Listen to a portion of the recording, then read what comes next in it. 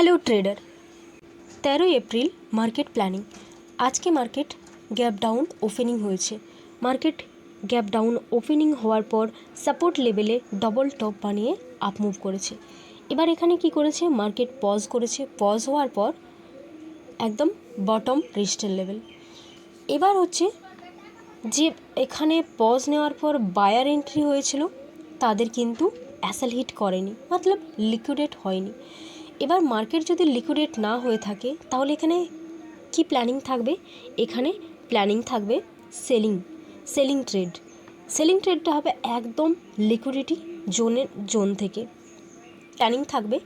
কারণটা হচ্ছে এটাই, যেহেতু বায়ার লিকুইডেট হয়নি, সেলার গিয়ে লিকুইডেট হয়েছে, তো এখান থেকে ক্যারেক্টার চেঞ্জ করে লোয়ার লো স্ট্রাকচারে মার্কেট ফল করবে। আর এখান থেকে 1:2 টার্গেট প্রফিট বুক করে নেব। তো চলো ওয়েট করি, সঠিক এন্ট্রি পয়েন্টের জন্য অপেক্ষা করি। এন্ট্রি পয়েন্ট দেখে, এন্ট্রি ক্যান্ডেল দেখে এন্ট্রি নেব।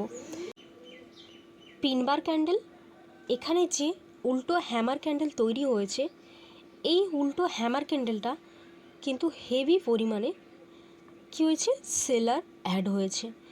এবার কথা হচ্ছে যে বায়ার কি করেছিল, মার্কেট আপ মুভ করেছিল, ব্রেকআউট করার চেষ্টা করেছিল, সেলার সেটা সম্পূর্ণ কি পুরো বায়ারকে খেয়ে নিচে পুশ করেছে।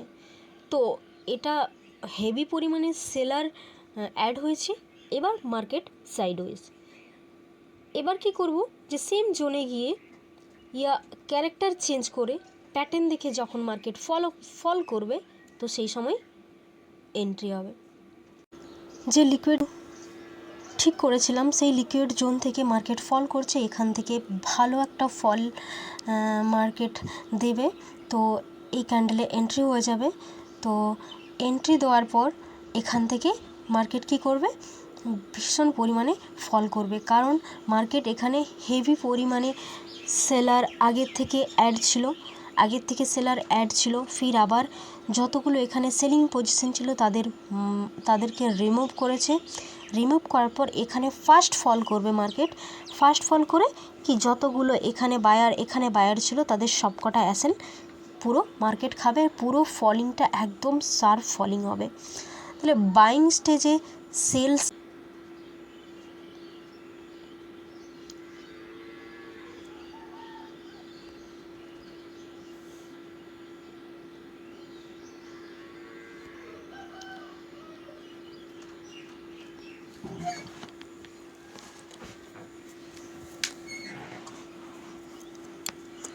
বাইং ফেজে সেল ট্রেড নেওয়ার অনেকগুলো কারণ এক্সপ্লেন করেছি গাইজ।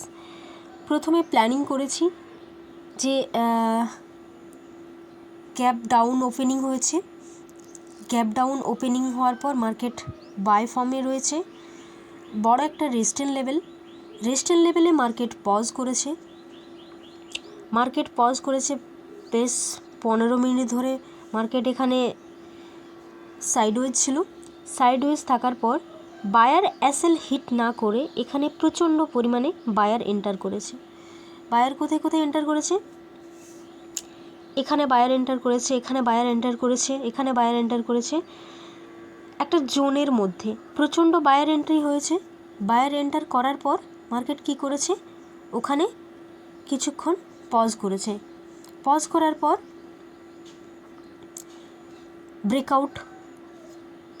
পর মার্কেট ব্রেকআউট দিয়েছে।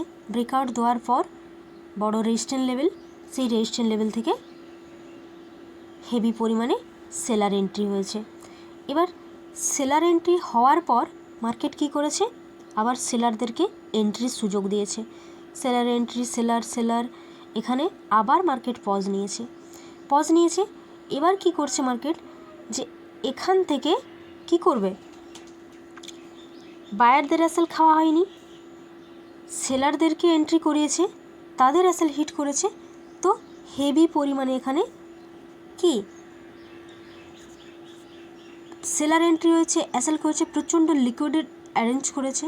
তো তাহলে এবার এখান থেকে মার্কেট কি করবে না, শার্প ফল করবে।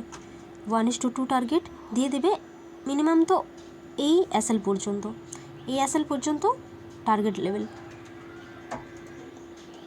তো এখানে ট্রেড নেওয়ার 3-4টা কারণ আমরা খুঁজে পেয়ে গেলাম, যে রেজিস্ট্যান্স লেভেল থেকে লিকুইডেট পেয়েছি, হায়ার হাই স্ট্রাকচার থেকে লোয়ার লো স্ট্রাকচার পেয়েছি, লোয়ার লো স্ট্রাকচার থেকে মার্কেট ফল করছে। তো চলো দেখি মার্কেট কিভাবে টার্গেট ফলো করে।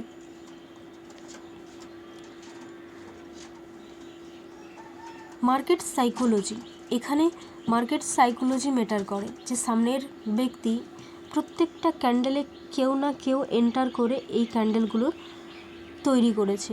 তো তাদের সাইকোলজি বোঝা, এটাই হচ্ছে ট্রেডিং প্ল্যান, যে তারা বর্তমানে এখন মার্কেটকে কোন দিকে নিয়ে যেতে চাইছে, কিভাবে মার্কেটকে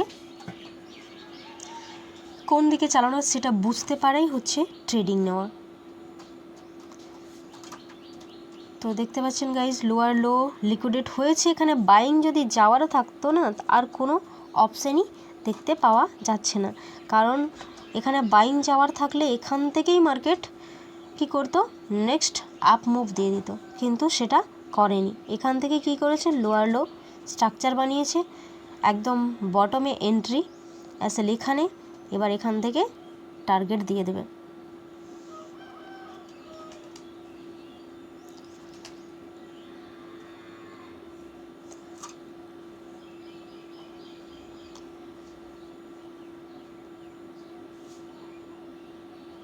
প্রথমের জোনটা ক্রিয়েট করার পর যখন মার্কেট ফল করছিল, প্রথমে যে জোন থেকে 2-3 বার ফল করেছে, 1বার 2বার 3বার, তখন কিন্তু মার্কেট কীরকম ক্যান্ডেল তৈরি করেছে,